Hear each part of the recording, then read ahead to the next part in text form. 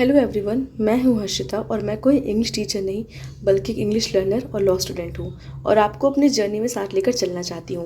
तो अगर आप एक बिगनर हैं और अपने इंग्लिश को स्ट्रॉन्ग करना चाहते हैं तो यह चैनल आपके लिए बेस्ट है। इस चैनल पर आपको डेली इंग्लिश, स्पोकन इंग्लिश और लीगल इंग्लिश के यूजफुल वीडियोज़ मिलते रहेंगे। तो चलिए आज की लर्निंग को शुरू करते हैं। Evidence, verdict, witness and appeal. इन चारों वर्ड्स को तो हम सब ने सुना होगा, मगर हम सब कहीं ना कहीं इनका क्लियर मीनिंग नहीं जानते हैं। तो चलिए आज मैं आपको एक एग्जाम्पल के हेल्प से, जी हाँ, आज मैं आपको एक एग्जाम्पल के हेल्प से इन चारों लीगल वर्ड्स को बहुत ही आसानी से समझाने वाली हूँ। Evidence, proof or information presented in court to establish facts. Verdict, the final decision given by a court or jury. Witness, a person who gives testimony about what they saw, heard or known. And appeal, a request to a higher court to review a decision. तो चलिए, जैसे मैंने कहा कि मैं आपको एक example के हेल्प से इन चारों को समझा दूंगी। तो शुरू करते हैं। ए बी सी 3 पर्सन है। ए जो पर्सन है उसकी अपनी एक मोबाइल शॉप है और बी और सी वहाँ पर स्टाफ है। अब बी जो उसका स्टाफ है वो अपने मोबाइल शॉप के ओनर का मोबाइल फ़ोन लेके चला जाता है और ये बात उसके ओनर को नहीं पता होती। जब उसका ओनर बाद में अपना मोबाइल फ़ोन ढूंढता है तो उसको अपना मोबाइल फ़ोन नहीं मिलता है। तो फिर वो अपने शॉप में लगे सीसीटीवी कैमरे में जब चेक करता है तो वो देखता है कि उस कैमरे में ये रिकॉर्ड हो चुका है कि जो बी है वही उसने ही ए के मोबाइल फ़ोन को चोरी किया है और वो वहाँ से बिना बताए चला गया है। तो अब सीसीटीवी कैमरे की जो रिकॉर्डिंग है वो क्या है, वो एविडेंस है। अब यहाँ पे जो ए है, मोबाइल ओनर, मोबाइल शॉप का जो ओनर है, वो कोर्ट में जाएगा और बी के अगेंस्ट फाइल सूट करेगा। और जब वो फाइल सूट करेगा तो इस चीज़ को प्रूव करने के लिए कि बी ही ऑफेंडर है, मतलब बी ही अपराधी है, बी ही गिल्टी है, वो उस सीसीटीवी कैमरे की जो रिकॉर्डिंग्स हैं उनको कोर्ट में प्रेजेंट करेगा। तो जैसे आप यहाँ पे देख रहे हैं कि प्रूफ और information presented in court to establish facts.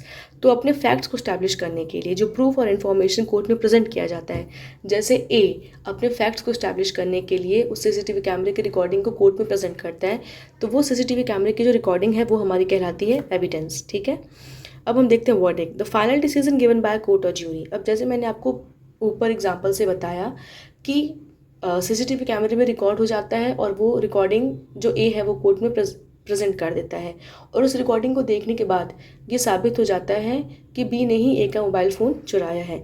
तो यहाँ पे कोर्ट का फाइनल डिसीजन जो होगा, जैसे कोर्ट यहाँ पे अब मान लेगी फैक्ट्स के अकॉर्डिंग, एविडेंसेस के अकॉर्डिंग कि बी जो है वो ऑफेंडर है, वो अपराधी है, वो अक्यूज्ड है, उसने ही चोरी की है। तो कोर्ट का जो फाइनल डिसीजन होगा कि बी इज़ एन ऑफेंडर, तो इसी को हम कहेंगे वर्डिक्ट। तो कोर्ट का जो फाइनल डिसीजन होता है केस पर उसे हम वर्डिक्ट कहते हैं।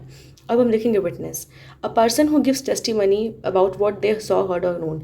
देखिए यहाँ पे टेस्टिमनी का मतलब है बयान देना। ठीक है, जैसे कि हमने देखा कि ए बी सी 3 पर्सन थे। ठीक है, अब ये मान लीजिए कि उस मोबाइल शॉप में सीसीटीवी कैमरा नहीं लगा है, बट बी और सी 2 स्टाफ हैं और जब बी ने चोरी करी तो सी ने ये देख लिया कि बी ने चोरी की है।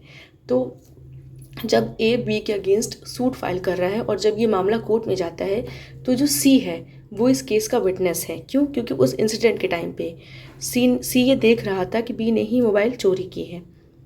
तो जो पर्सन इंसिडेंट के टाइम पे मौजूद रहता है और उसने इंसिडेंट को अपने सामने देखा होता है या सुना होता है, उसे हम कहते हैं witness.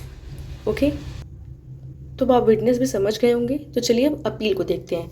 A request to higher court to review a decision. ठीक है, अब जैसे मान लीजिए हमने ऊपर एविडेंस, वर्डिक्ट एंड विटनेस तीनों को हमने समझ लिया। अब उसमें हमने वर्डिक्ट में ये देखा कि कोर्ट का फाइनल डिसीजन है कि जो बी है वो ऑफेंडर है, मतलब वो अपराधी है। लेकिन लोअर कोर्ट के इस डिसीजन से जो बी है वो सेटिस्फाइड नहीं है, तो वो हायर कोर्ट में अपील करेगा, मतलब वो रिव्यू डालेगा, रिक्वेस्ट करेगा हाई कोर्ट से रिक्वेस्ट करेगा, हाई कोर्ट से रिक्वेस्ट करेगा कि आप मेरे इस केस को रिव्यू करिए। क्यों? क्योंकि मैं लोअर कोर्ट के जजमेंट से सेटिस्फाइड नहीं हूँ। जैसे कि हम सब जानते हैं कि जब भी कोई भी इंसिडेंट होता है तो सबसे पहले उस स्टेट का जो लोअर कोर्ट होता है वहाँ पे वो केस जाता है, फिर वो केस हाई कोर्ट जाता है। और अगर हाई कोर्ट भी उस चीज़ को संभाल नहीं पाता या वो केस बहुत ज़्यादा क्रिटिकल होता है तो फिर वो केस सुप्रीम कोर्ट जाता है।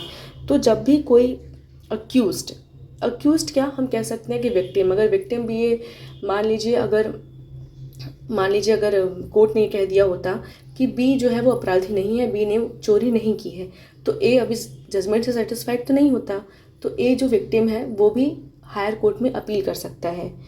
Okay, so a request to a higher court to review a decision, जब कोई भी चाहे वो विक्टिम हो चाहे वो ऑफेंडर हो, जब ये दोनों पार्टी में से कोई भी पार्टी रिक्वेस्ट करती है हायर कोर्ट में, हाई कोर्ट में, कि वो लोअर कोर्ट के डिसीजन को रिव्यू करें, तो उसको हम कहते हैं appeal. So I hope you find this video useful. So if you find this useful, please like and subscribe Elevate with Harshita Pandey. Keep learning every day. Thank you for watching. See you in the next video.